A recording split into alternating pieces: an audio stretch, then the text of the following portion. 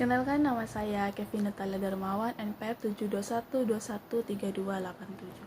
Di sini saya akan meresum atau menjelaskan sebuah materi tentang stres dan konflik kerja.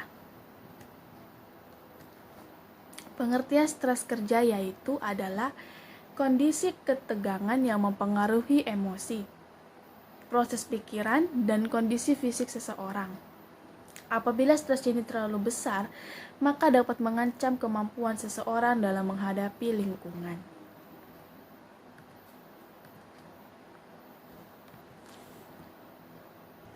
Nah, yang selanjutnya ada cara mengatasi stres kerja.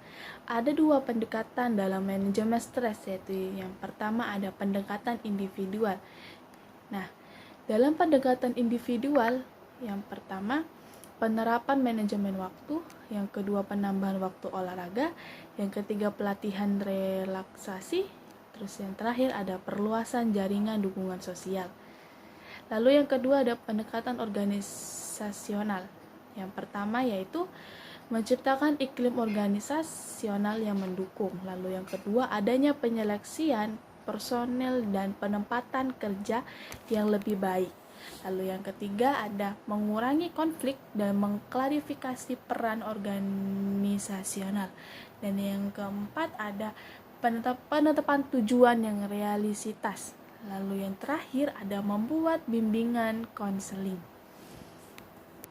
Nah, yang selanjutnya ada pengertian dari konflik kerja. Yang pertama menurut Gibson, konflik adalah hubungan selain dapat menciptakan kerjasama, hubungan saling tergantung dapat pula melahirkan konflik. Hal ini terjadi jika masing-masing komponen organisasi memiliki kepentingan atau tujuan sendiri dan tidak bekerja sama satu sama lain. Lalu menurut Robin, yaitu keberadaan konflik dalam organisasi ditentukan oleh persepsi individu atau kelompok.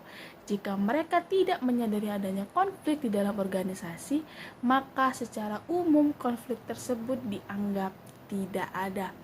Konflik merupakan ekspresi pertikaian antara individu dengan individu lain, kelompok dengan kelompok lain karena beberapa alasan. Dalam pandangan ini, pertikaian menunjukkan adanya perbedaan antara dua atau lebih individu yang diekspresikan, diingat, dan dialami.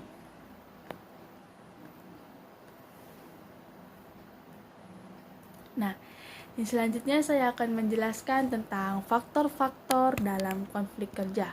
Yang pertama ada faktor internal, di mana faktor internal ada 3, yaitu yang pertama kemantapan organisasi, yang kedua sistem nilai, dan yang terakhir ada tujuan.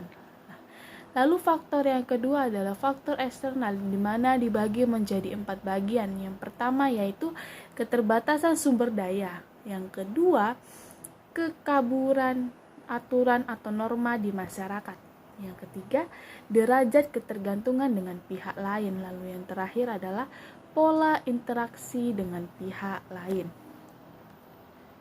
Nah, di sini saya akan menjelaskan bagaimana sih mengatasi konflik dalam bekerja. Nah, yang pertama adalah pemecahan masalah atau problem solving. Lalu yang kedua ada tujuan tingkat tinggi atau leap subordinate goal.